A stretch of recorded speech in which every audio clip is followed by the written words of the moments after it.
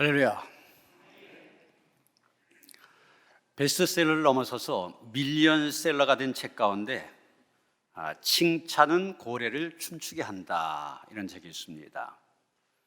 밀리언셀러 그러면 100만 권 이상의 책이 팔렸다는 얘기잖아요. 근데 이 책을 쓴 작가가 켄 블랜차드인데, 이분 책만 쓴 작가가 아닙니다. 세계적인 경영 컨설턴트입니다. 다시 말해서 어떻게 회사를 경영하면 회사가 잘 되느냐, 더 많은 수익을 창출할 수 있냐, 이것을 컨설팅 해주는 그런 사람입니다. 근데 그런 사람이 이 책을 썼다고 한 거는 이 회사 경영에 도움을 주기 위해서 아닙니까? 이 책의 내용은 여러분 너무나 잘 알죠. 돌고래가 아니라 몸무게가 3톤이 넘어서는 범고래입니다. 그런데 이 범고래가 관중들 앞에서 돌고래처럼 갖가지 쇼를 합니다. 그 범고래를 그렇게 만든 게 뭐냐? 바로 조련사가 갖고 있는 고래에 대한 긍정적인 태도, 또 하나가 칭찬이다. 칭찬이 범고래를 그렇게 만들었다는 겁니다. 바로 이 점을 켄 블랜차드는 기업에도 적용할 수 있다, 이렇게 봤던 겁니다. 그래서 이 칭찬이 회사를 더욱더 발전시킬 수 있고 성장시킬 수 있다, 이렇게 본 겁니다. 실제로 그 세계적인 여론조사기관인 갤럽에서 이 사람을 인정한 것에 대한 이 설문조사를 했는데 결론이 비슷하게 나왔습니다. 회사에서 나는 인정받고 있다, 이렇게 느끼는 직원들은 나는 인정받고 있지 못하다, 이렇게 느끼는 직원들보다 굉장히 심리적으로 큰 효과를 누리고 있다, 이런 것입니다. 예를 들면 설문조사에서 나는 항상 인정을 받고 있다, 이렇게 생각하는 직원이 난 평상시에 잘 칭찬을 받지 못하고 있다, 그렇게 대답한 직원과 비교할 때 번아웃이라는 게 있거든요. 우리말로 탈진 그러는데 탈진에 이르는 비율이 73%나 낮다는 거예요. 쉽게 말하면 인정받는 사람이 인정받지 못하는 사람에 비해서 73%나 되는 사람이 덜 번아웃이 된다는 겁니다. 또 다른 직장을 찾아보는 확률도 56%가 적은 것으로 나타났고, 반면에 난 이 회사 사람이다, 이런 소속감을 느끼는 비율은 4배나 높았고, 또 회사에 대한 충성도는 3배가 높았으며 그 조직에서 성장한 비율도 5배나 높았다는 것입니다. 그래서 이 책이나 이 설문조사 결과는 이 인정받는다고 하는 것이 직장에서 업무 효율을 높이는데 얼마나 중요한가, 이런 것을 구체적으로 보여주고 있는 것입니다. 이런 사람으로부터 인정받는 것, 이렇게 중요한 것입니다. 그런데 오늘 본문은 사람으로부터가 아니라 하나님께로부터 인정받는 것에 대해 얘기하고 있습니다. 본문 15절 하반절에 보면 인정된 자로 자신을 하나님 앞에 드리기를 힘쓰라, 그렇게 말하였는데, 이 말씀을 새번역, 공동번역 성경에 보면은 하나님께 인정을 받는 사람이 되기를 힘쓰십시오, 이렇게 하였고, 현대인의 성경이라고 있는데 거기에 보면은 하나님께 인정받는 사람이 되도록 최선을 다하시오, 이렇게 번역하고 있는 것을 보게 됩니다. 여러분, 좀 차이가 있지 않습니까? 지금 우리가 본 성경은 하나님께 내 삶을 드리는 것에 초점이 맞춰져 있습니다. 그런데 실제로 다른 성경은 원래의 뜻은 그게 아니다, 하나님께로부터 인정받는 삶이 돼야 된다, 이것을 얘기하고 있다는 것입니다. 사도 바울은 갈라디아서 1장 10절에서도 같은 얘기를 했습니다. 이제 내가 사람들 좋게 하랴, 하나님께 좋게 하랴, 사람들에게 기쁨을 구하랴, 내가 지금까지 사람들의 기쁨을 구하였다면 그리스도의 종이 아니니라. 무슨 얘기입니까? 그리스도의 종, 그리스도의 제자, 하나님의 사람은 사람의 인정을 구한 사람이 아니라 하나님의 인정을 구한 사람이 돼야 된다는 것입니다. 이런 성경에서 하나님께로부터 인정을 구했던 대표적인 사람 요셉을 들 수 있을 것입니다. 요셉은 참 사람들로부터 인정받았던 사람이에요. 아버지로부터 12명이나 되는 형제 가운데 제일 사랑받던 아들입니다. 그런데 남의 집 종으로 팔려갔습니다. 그런데 그 종으로 팔려간 집에서도 주인의 인정을 받게 되니까 집안에 있는 모든 종들을 관리하는 총무의 자리에 올라가게 됩니다. 그러다가 주인의 아내의 모함을 받아 감옥까지 가게 되잖아요. 죄수를 많이 모인 곳입니다. 거기서도 감옥 책임자의 인정을 받게 되니까 그 감옥에 있는 죄수들을 또 돌보는, 관리하는 그런 위치에 오르게 됩니다. 결국 애굽의 왕 바로에게 인정을 받는 그런 결과까지 이르게 됐죠. 그런데 그 요셉, 사람의 인정을 구했던 사람이 아닙니다. 하나님의 인정을 구했던 사람입니다. 어떻게 할 수 있습니까? 주인의 아내가 하룻밤 같이 하자 그랬을 때 뭐라고 했습니까? 내가 어떻게 하나님 앞에 범죄할 수 있으리까? 주인의 아내와 하룻밤 자는 것은 자기 주인에게 죄를 짓는 게 아니라 하나님께 죄를 짓는 거라고 생각했어요.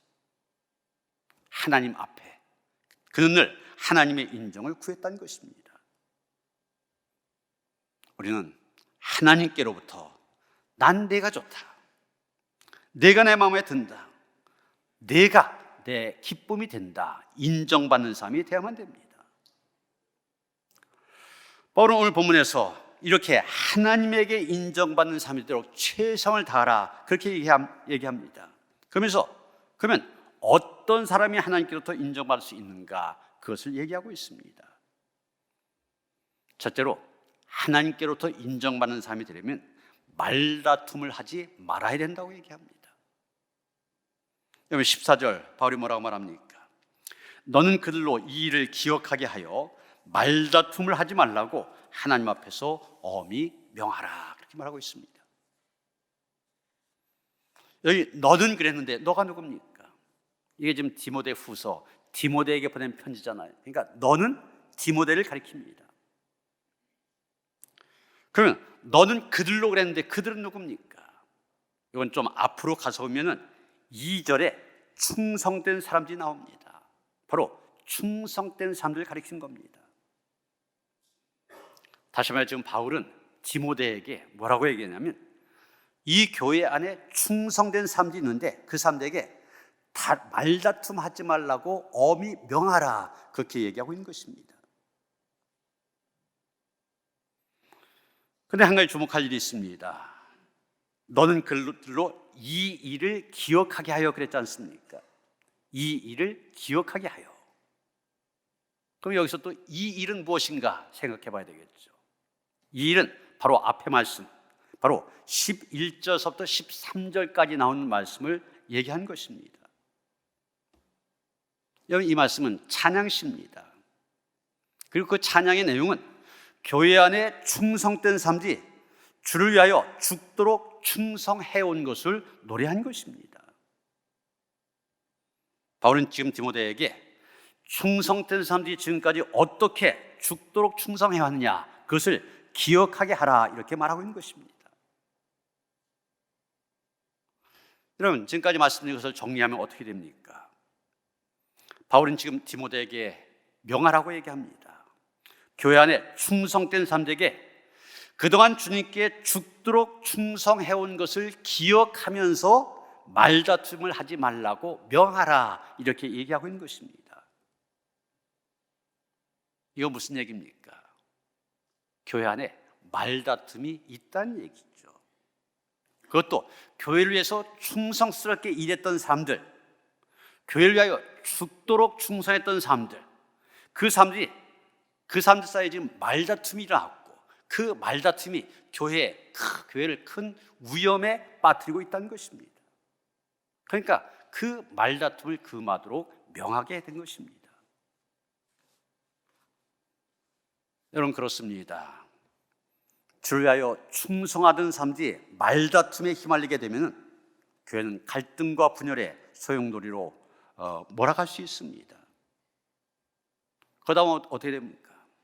20절에 보면 금그릇이 나오고 있는데 충성된 사람들, 이전엔 주님 앞에 정말 금그릇처럼 귀하게 쓰여졌지만 말다툼으로 인하여서 교회에 분열이 생기고 갈등이 생기고 이러면은 하나님 앞에 천하게 쓰임받는 그릇으로 그릇이 되게 된다는 얘기입니다.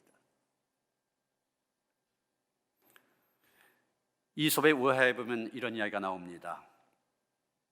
헤라클레스가 좁은 길을 지나가다가 이 땅 위에서 사과처럼 생긴 것을 보고 몽둥이를 가지고 그것을 으깨려고 하였습니다. 근데 한번 쳤더니 그게 2배로 불어납니다. 그걸 보고 헤라클레스가 더 세게 밟고서 몽둥이를 쳤습니다. 그랬더니 그게 더 크게 부풀어 오르더니 그 길이 좁은 길이었다 그랬잖아요. 좁은 길을 완전히 막아버리는 겁니다. 헤라클레스가 놀라서 몽둥이를 내려놓고 어쩔 줄 몰라 하고 있었습니다. 그때 아테나가 나타나 그에게 이렇게 말합니다. 오라버니, 그만두세요. 그것은 말다툼과 불화인데 가만히 내버려 두면 정 그대로 머물러 있지만 건드리기만 하면 이렇게 부풀어 오르지요. 이렇게 얘기했다는 것입니다. 말다툼이라고 한 거 그냥 내버려 두면 사라지게 되지만 대차려고 하다 보면 더 커진다는 얘기. 그러다 보니 여러분, 말다툼해서 이기는 사람 없습니다. 여러분 생각해 보세요. 내가 말다툼해서 졌다면 말 그대로 진 거잖아요. 진 사람, 말다툼에 진 사람, 감정도 상하게 될 것이고 그것 때문에 이긴 사람과의 관계도 깨어지게 될 것이고 아마 공동체 안에서 체면도 구겨지게 될 것입니다. 진 사람은 당연히 그렇게 되죠. 그런데 만약 내가 말다툼에서 이겼다고 해서 정말 이긴 게 됩니까? 여러분, 진 사람의 입장을 다시 생각해 보면 자존심이 상했을 것이고 이긴 사람에 대한 감정도 좋지 않게 될 겁니다. 그런데 이 공동체라는 게 그렇잖아요. 이쪽을 지지하는 사람이 있으면 꼭 이쪽을 지지하는 사람이 있습니다. 그 다음에 이 진 사람을 지지하는 그런 사람도 있는데 이 사람들 이긴 사람에 대해서 그렇게 심기가 좋지 않을 겁니다. 불편해할 겁니다. 그럼 그 사람들과의 관계도 깨지게 되는 거죠. 이겼다고 하지만 결국은 진 것과 똑같습니다. 그렇기 때문에 말다툼은 피해야 된다. 바울은 얘기하고 있는 것입니다. 일반 세상에서도 말다툼은 피해야 되지만 신앙 공동체에서는 더더욱 피해야 됩니다. 왜냐? 이 말다툼이라고 하는 것이 공동체의 하나됨을 깨트리기 때문입니다. 서로 사랑하며 성령의 하나 되게 하신 역사를 방해하기 때문입니다. 그래서 우리가 영적으로 깊이 성찰해 보면 이 말다툼이 사탄이 사용하는 가장 효과적인 무기라고 하는 것을 알 수가 있게 됩니다. 사탄이 하는 일이 어떻게든 갈등 일하게 하고 싸우게 하고 분열을 일으키는 거 아닙니까? 그렇다면 바울이 권면한 것처럼 말다툼을 피하기 위해서 어떻게 해야 됩니까? 제일 중요한 것은 지금 말다툼이 시작되고 있다. 이것을 감지하는 것입니다. 감지한다고 하는 걸 깨달아 안다는 얘기 있잖아요. 제가 얼마 전에 이 혈당제를 사려고 인터넷에서 검색을 했습니다. 제가 다른 어떤 앱에서 검색을 했는데 사진 않았는데 얼마 있다가 보니까 여기저기서 문자가 들어와요. 예를 들면 제가 쿠팡에서 검색했다면 뭐 지마켓이라든지 GS샵이라든지 뭐 11번까지 이런 데서 문자가 와서 이거 사라 광고 나옵니다. 이 인터넷이라고 하는 것이 이 알고리즘이라고 그러는데 자기들이 알아서 감지를 해요. 저 사람이 저걸 사려고 했구나. 그래서 자기네 상품을 소개하는 겁니다. 지금 말다툼이 시작되고 있다고 하면 이렇게 감지하는 것이 중요합니다.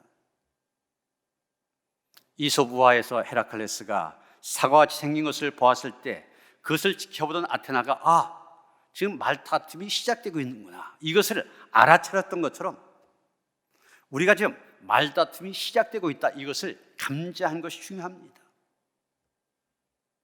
그럼 감지하면 그것으로 끝나면 안 되겠죠. 그 다음 단계, 그 말다툼에 휘말리지 않는 것이 중요합니다.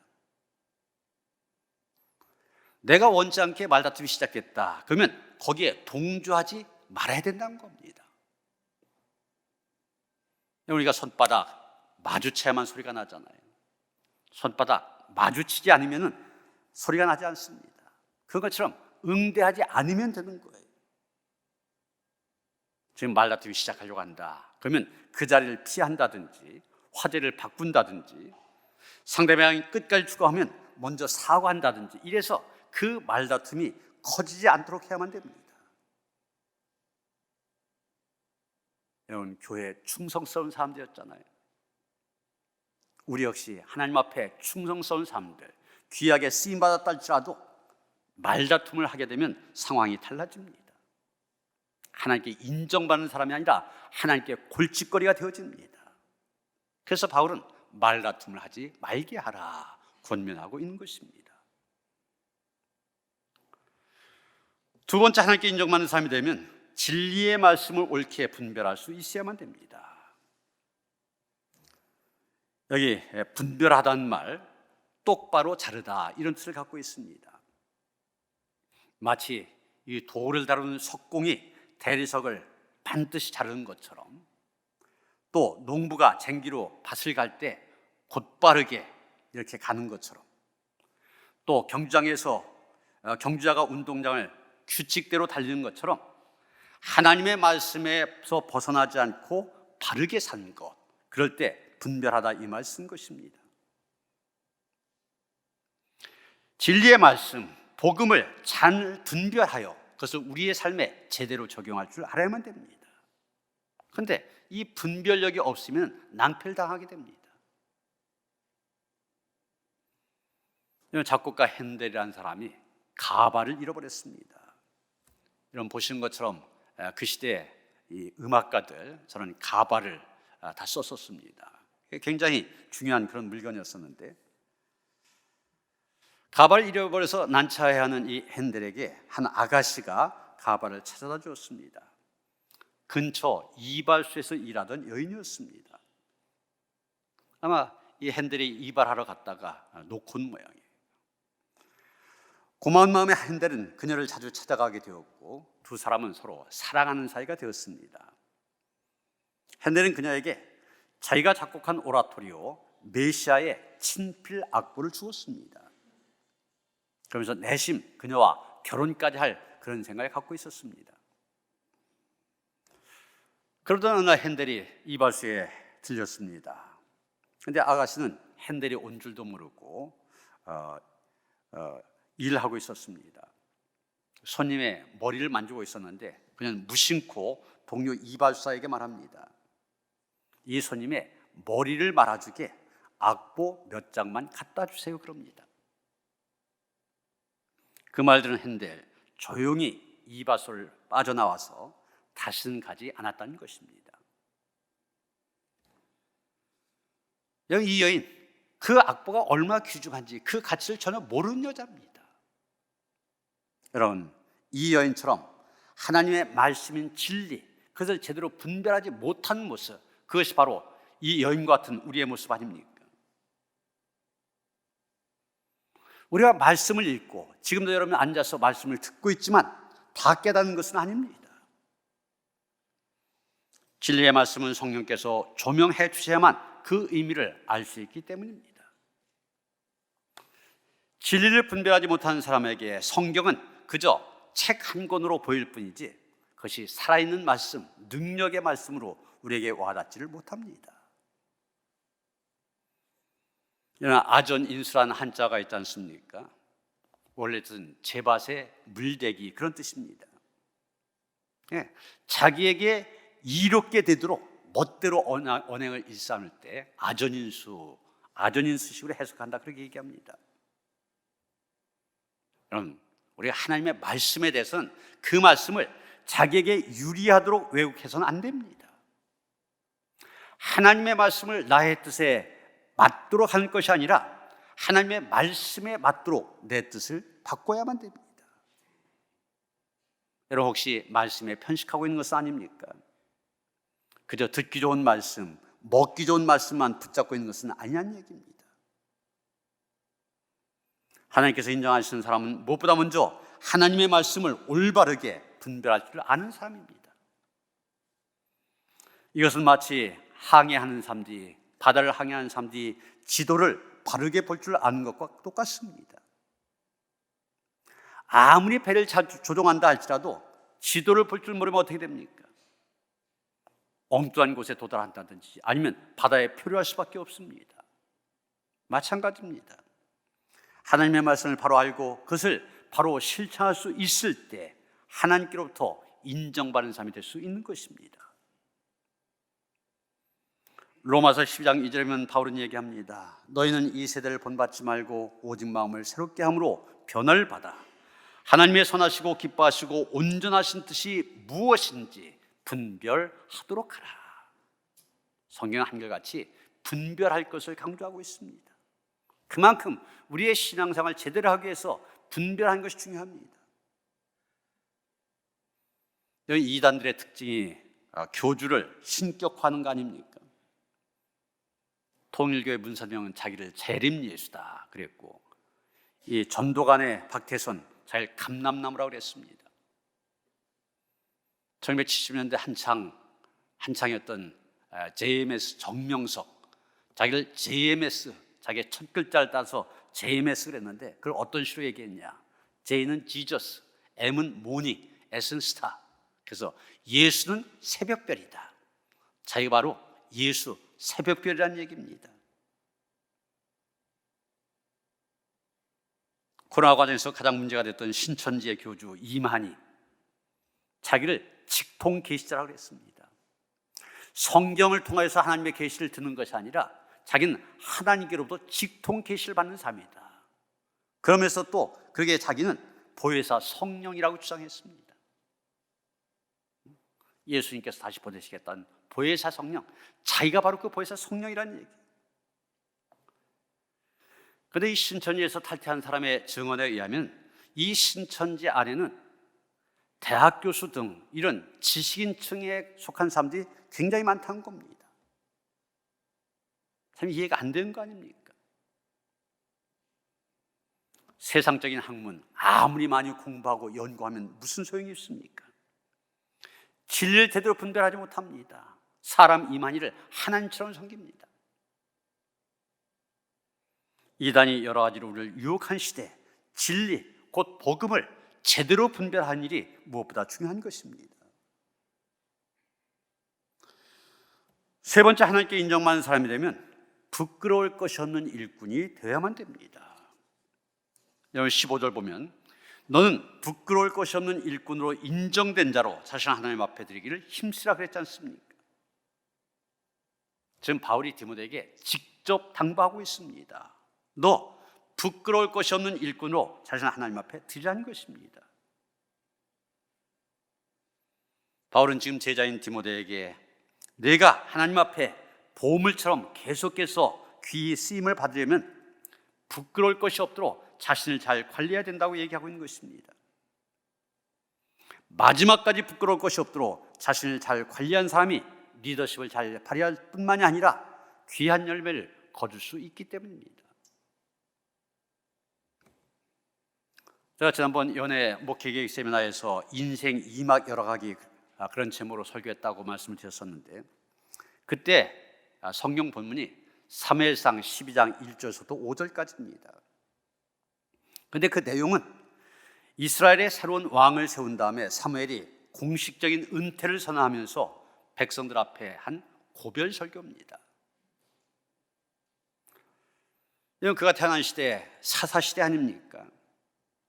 모든 사람들이 자기의 소견대로 자기의 생각대로 살아가던 그런 혼돈의 시대였습니다. 이런 때에 어린 나이에 하나님께 드려진 사무엘, 하나님의 불을 받아 이스라엘의 마지막 사사, 제사장, 선지자가 되어 이스라엘 백성들을 이끌었습니다. 이렇게 시작된 사무엘의 사역, 사울을 왕으로 세우면서 그 사역을 끝마치게 된 것입니다. 다시 말해서 공식적으로 은퇴를 선언하는 그런 자리에 있게 된 겁니다. 사무엘은 그 은퇴 설교에서 무엇을 말합니까? 자기의 과거의 삶에 대해서 이야기하고 미래의 계획에 대해서 이야기합니다. 그런데 사무엘이 자기의 과거의 삶을 이야기할 때 자기는 하나님과 사람들 앞에서 부끄러움이 없는 당당한 삶을 살았다고 얘기하고 있습니다. 사무엘상 12장 2절 3절 말씀 제가 한번 읽어봅니다. 내가 어려서부터 오늘날까지 너희 앞에 출입하였거니와 내가 여기 있나니 여호와과 그의 기름 부음을 받은 자 앞에서 내게 대하여 증언하라. 내가 누구의 소를 빼앗았느냐, 누구의 나귀를 빼앗았느냐, 누구를 속였느냐, 누구를 압제하였느냐, 내 눈을 흐리게 하는 뇌물을 누구의 손에서 받았느냐. 지금 사무엘은 마지막 시간에 지나온 자기의 사역을 돌아오면서 혹시라도 자기가 알지 못한 그런 사이에 하나님과 백성들 앞에서 부끄러운 일을 행하지는 않았는지 그것을 묻고 있는 것입니다. 이것에 대해 백성들은 사무엘이 하나님과 백성들 앞에서 결백하였다, 부끄러운 일을 하지 아니하였다 증언을 하였습니다. 사무엘은 평생을 이렇게 부끄러울 것이 없는 모습으로 사명을 감당했기 때문에 그는 마지막까지 영적 리더십을 발휘할 수 있었습니다. 하나님의 큰 능력을 힘입어 놀라운 역사를 이룰 수 있었던 것입니다. 이건 사도 바울도 비슷한 말을 하였습니다. 디모데후서 4장 7절 이 말씀도 이 은퇴 때 보통 많이 익혀지는 그런 말씀인데 바울은 이렇게 말합니다. 나는 선한 싸움을 싸우고 나의 달려갈 길을 마치고 믿음을 지켰으니 이제후로는 나를 위하여 의의 멸관이 예비되었으므로 주 곧 의로우신 재판장이 그날에 내게 주실 것이며. 바울도 부끄러울 것이 없는 모습으로 마지막까지 사명을 잘 감당했다는 것입니다. 그래서 사실 이게 결코 쉬운 일이 아닙니다. 충성되게 주께서 맡기신 일 잘 감당하다가 도중에 부끄러운 일을 저질러서 낭패를 본 사람들 참 많이 있습니다. 그런데 놀랍게도 다윗이 그런 사람 가운데 한 사람입니다. 다윗 위대한 하나님의 종이었습니다. 소년 시절 이미 믿음으로 골리앗을 처단하고 블레셋으로부터 나라를 구한 사람입니다. 10년이 넘게 계속된 힘겨운 도망자 생활 믿음으로 잘 견뎌냈습니다. 왕이 된 다음 믿음으로 나라를 잘 통치하여서 이스라엘을 강한 나라로 세웠습니다. 그리고 법궤를 시온 성으로 모셔오고 성전 지을 준비를 하면서 나라를 영적인 반석 위에 세워놓기도 하였습니다. 그런 다윗이 치명적인 실수를 범하게 됩니다. 바로 bat세바를 범한 것입니다. 남의 아내 데려다가 강간한 죄를 저질렀고 그것을 덮기 위해서 남편인 우리야 전쟁터에서 죽게 만들었습니다. 정말 치욕적인 부끄러운 일이었습니다. 다행히도 다윗은 철저하게 회개하면서 왕의 자리에는 계속 머물러 있을 수 있었습니다. 그러나 다윗의 영적인 리더십은 이 부끄러운 일 때문에 치명상을 입게 됩니다. 그래서 이 사건 이후에 다윗이 겪었던 일들 정말 참담한 일들이었습니다. 가정의 불화가 일어납니다.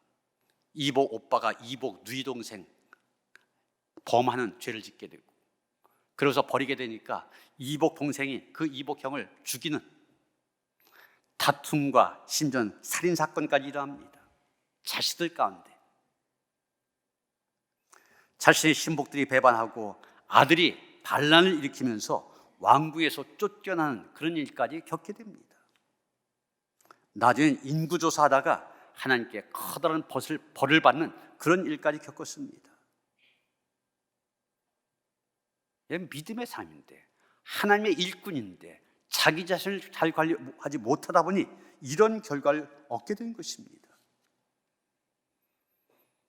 그러게 우리는 하나님 앞에서, 공동체 앞에서, 그리고 자신 앞에서 부끄러워 얼굴을 들지 못할 일들 하지 않도록 주의해야 됩니다. 우리가 하는 부끄러운 일들, 우리의 발목을 잡게 됩니다. 그래서 우리가 하나님 앞에 더 이상 귀하게 쓰임받을 수 없도록 만듭니다. 사랑하는 성도 여러분, 우리 모두 하나님께로부터 인정받는 삶이 되도록 바울이 권면한 것처럼 최선을 다할 수 있게 되길 바랍니다. 그러기 위해서 말다툼을 하지 말아야 된다. 진리의 말씀을 제대로 분별할 수 있어야 된다. 그리고 부끄러운 일을 저지르지 말아야 된다. 그래서 우리 가운데 한 사람도 예외 없이 하나님께로부터 인정받는 자로 우뚝 설 수 있게 되기를 주님의 이름으로 축원합니다. 하나님께서 불러주셔서 하나님의 일꾼 되게 하셨습니다. 기왕 부름 받았으면 하나님께 인정받는 삶을 되어지기를 원합니다. 이 길을 걸어갈 때 우리에게 많은 유혹과 시험이 있지만 흔들리지 않게 하시고 굳건히 서서 하나님께로 인정받고 더 값지게 이전보다 더 쓰임받는 저희들 될 수 있도록 인도하여 주시옵소서. 예수 그리스도 이름 받들어 기도하여 싸움나이다. 아멘.